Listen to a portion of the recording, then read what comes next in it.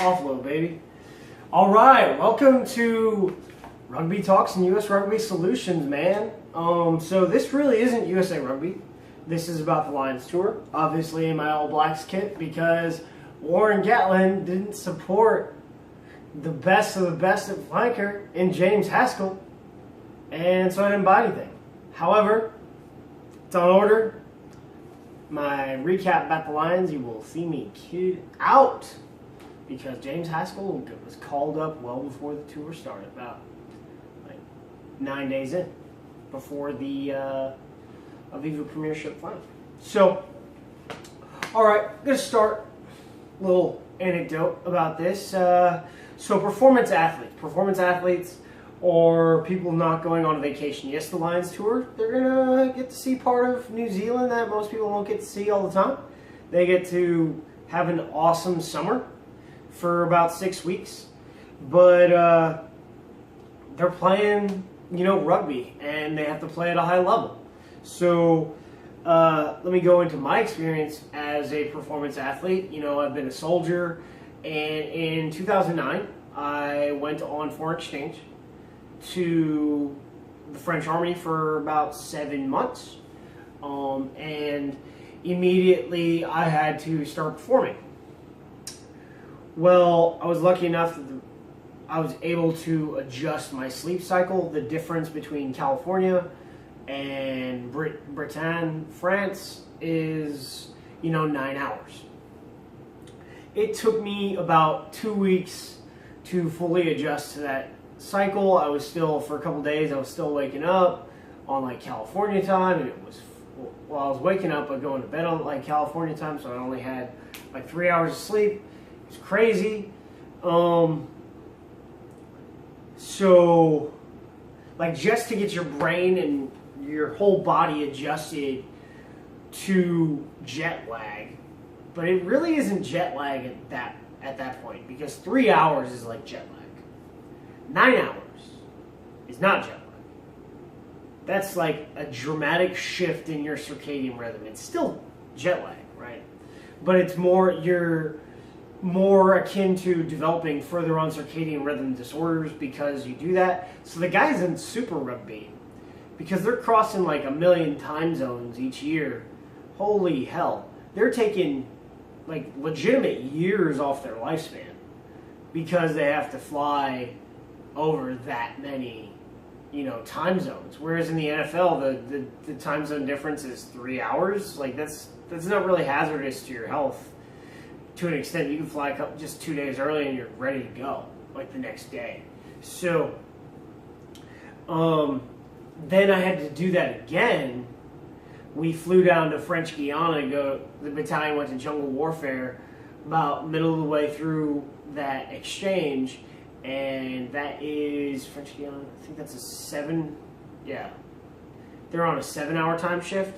So we flew to the west, so your circadian rhythm shift isn't nearly as dramatic and your adjustment isn't nearly as dramatic, but we had to fly back, and it took me about a week to get back to normal. I think it took everyone about a week to get back to normal with how we were, and we were able to perform, and numbers wise, outrunning. They didn't really lift a lot, although some of the French guys were jacked. So then I had to go back in July. So I had, just in a year, I had multiple dramatic circadian, 7 months, I had multiple dramatic circadian rhythm shifts. Well, this is where we go into the Lions and Warren Gatland talking about jet lag and how it's real. This matters because you'll see in my op-ed that I linked a calculator. So the minimum amount of time to execute a circadian rhythm adjustment when you're getting on ground and not starting the adjustment before, because you can start your adjustment before by adjusting your sleep cycle by going to bed like an hour early one night and then 2 hours early the next night, so you've already adjusted it by 3 hours and getting up earlier. But that's on the front end. The other part that you have to do is that makes it easier is taking red-eye flights or overnight flights, and that's what you really have to do because these flights are so long, and it can be adjusted. But then we have to talk about these guys had to then go. They're performance athletes, they're rugby players, so they had to then go perform, 2.5 days into being in New Zealand, which so if the minimum amount of time required for anyone to adjust is over that 11-hour period is 7 days, that's with like going to bed early once you get on the ground and whatnot and making doing everything right, that's difficult. Because so really, if they did it that way, their first match shouldn't have been until I think this last Thursday, if you did it by 7 days. However, the rule of thumb, old wives' tale, whatnot, and I sort of believe this, especially for performance athletes and not necessarily for normal people, because us normal folks, we're just going on vacation for 2 weeks to New Zealand. We're just gonna, gut it out for 2 days and sip coffee. But for a performance athlete, you should really probably take the rule of thumb in general for anyone is an hour per day. So an hour, 11-hour time difference, we're talking, 11 days. Really, their first match shouldn't have been until tomorrow, which is when this will be published. And that's, against the Highlanders. So that gives you roughly 11 days on the ground, and you're in camp, you're fully adjusted to everything. So, that's when you're ready to perform at your peak. So the Babas game should have been tomorrow, which is the 13th of June. And then their tour would have been extended until the end of July. So that's what the rule of thumb is. So let's get into just flying. So when you fly, you execute a lot of trauma on your body. It's so everyone knows when they fly to Europe or somewhere else, it's you get tired from flying. That's why you want to fly on a red eye so you can at least sleep through some of that. When you're this high in the air, the oxygen content is regular oxygen, right? But your blood oxygen level drops and your blood pressure drops. So you got to think about it. If it went on a direct flight, you're looking at 21, 22 straight hours in the air. But it's sort of impossible to fly that long without, I guess, the plane doing inter-air refueling. But so you look at it, you're taking Emirates 7 hours from Heathrow to Dubai, and then 16 hours from Dubai to Auckland. So in between, so that's a total of 25 hours between leaving Heathrow and landing in Auckland. And so you're wondering what the heck is going on with your body. So that's a lot of trauma and the state at which you're resting to go into this. So not only do you have to recover from the time difference, but you have to recover from the trauma that your body sustains to perform. Because we're talking, hey, these are professionals, blah, blah. Well, yeah, they're professional. That's why they beat the Barbarians. And then you're like, well, why didn't they beat the Blues? Well, I think there were some calls there. Probably should have been a tie, really, or at least maybe a point difference, but it wasn't. But then I think we started to see them work into form, at least for their test match side, with their Crusaders win. So they're more or less adjusted to what's going on in ground. So I think if they lose to the Highlanders, even though it's the weekly side, we got problems. But again, these are the top flight professionals from the home unions. So they should beat the Highlanders, and that this should be like, hey, we're fully adjusted to the New Zealand time. We're taking care of our bodies and whatnot. So we've talked about circadian rhythm shifts. We've talked about flight trauma. So NIH did a study. So this plays into circadian rhythm disorders and concussions. NIH did a study, I think it was in 2013. It's linked in the op-ed. I think I'll link it down below. If not, check out the op-ed. And they went in pretty deep, and they looked at circadian rhythm disorders and the correlation with concussions. And if you read a little bit of the study, I read the abstract and I read some of it. They're like, if you've had TBI, traumatic brain injury, you are more likely to sustain, another circadian rhythm disorder. And all of these are professional rugby players, so they've definitely all sustained at least one or two, I would say, major concussions in their career. And we can say they haven't, but I was a football player. I played rugby. In the Army, I probably suffered my worst concussion, and that wasn't playing rugby or playing football. I fell on my head. It sucks. Like, that happens all the fucking time. So on the field, you're knocking heads.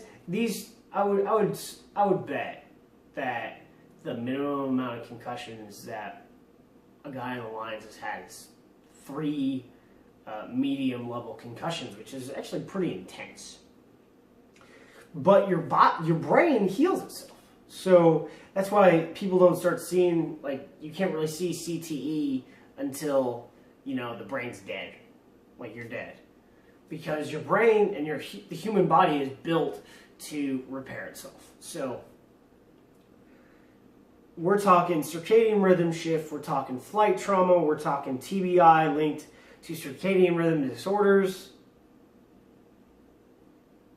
And this goes into, hey, tour organizers, if we're going to have a 10-game series in Australia or New Zealand versus, say, South Africa, we need to give these guys time to adjust. They can't step off the plane and get one day of practice in order to play a game against, fringe Super Rugby players. Because, they're club rugby. What is club rugby? Well, the Babas are Mitre 10 selects. So all these guys play rugby full-time in the 2nd Division of New Zealand Rugby. Think about that. So all these guys are trying to get into Super. Some of these guys aren't going to get into Super because they're old, but they're still really good. But the young guys, like Warren Gatland, he's, a fringe Super player. So they're very good. And New Zealand plays the exact same system from the All Blacks down to Minis. Even though they were in camp mostly together for 3 weeks, which is much different than the Lions, because they weren't in camp all together for months. So he names the side, and from the moment he named the side, how many guys? He had 14, Warren Gatland had 14 guys. And then, although he had the guys that lost in the semifinal from Saracens and Leicester in the Aviva, it wasn't, he didn't have the guys that were from Exeter and Wasps ready to go. So he had those guys in camp for 2 days. And then they hit the banquet circuit for 2 days. And then it took them 2 days to fly, get in like early or whatever, it feels like hell, Thursday morning. And they're trying to adjust, practice, get their game plan in on Friday, and play on Saturday against the Babas. How I would organize it is definitely not that way. I say keep the 10-match schedule. But you wait for the Aviva Premiership Finals and whatnot to end, and you bring everyone in, you do your banquet circuit and whatnot, and wherever you're going, you get on the ground for at least 7 days before a match. I would prefer 2 weeks if you're going from, the UK to New Zealand or Australia, I would prefer 2 weeks just for maximum performance. However, if you're going to South Africa, the time zone shifts really don't exist that much. I mean, I think you might shift an hour or two from east to west. Then you don't need to adjust near as much. You just need like a day and a practice so you can do your camp in England. That's all I'm saying, guys. We're talking about high-level performance athletes. They're going to need adjustment when it comes to performance. Do you want them to perform at their peak, or do you want them to like somehow just get better through, you know, being together over time? So what do you want the Lions schedule to look like? And as, you know, a rugby fan, I want to see the Lions coalescing and rounding into form, you know, in game 2. So that means whenever their test matches are, so they have 3 test matches against the All Blacks, we're talking some freaking knock-and-head games, and it's going to be amazing rugby. Whereas the first test match, I don't know, but it looks like they're rounding out into form, but rather than being ready to go in game 1 or 2, they're ready to go in game 4. So, that's all I got on circadian rhythm and the Lions tour. I'll give a full-on recap at the end of the Lions tour from the American perspective, and hopefully I'll have some Lions kit in so I can rep James Haskell number 6.